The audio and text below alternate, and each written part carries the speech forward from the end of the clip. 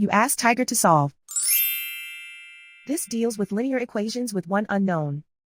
The final result is x equals 8. Let's solve it step by step. Simplify the expression. Group like terms. Multiply the coefficients. Expand the parentheses. Simplify the arithmetic. Group all x terms on the left side of the equation. Subtract 7x from both sides. Group like terms.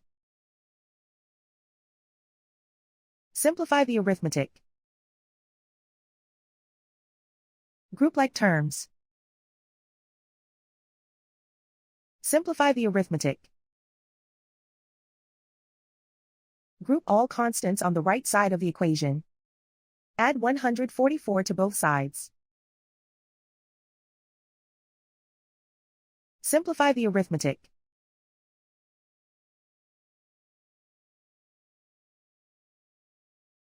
Isolate the x. Divide both sides by 17. Simplify the fraction.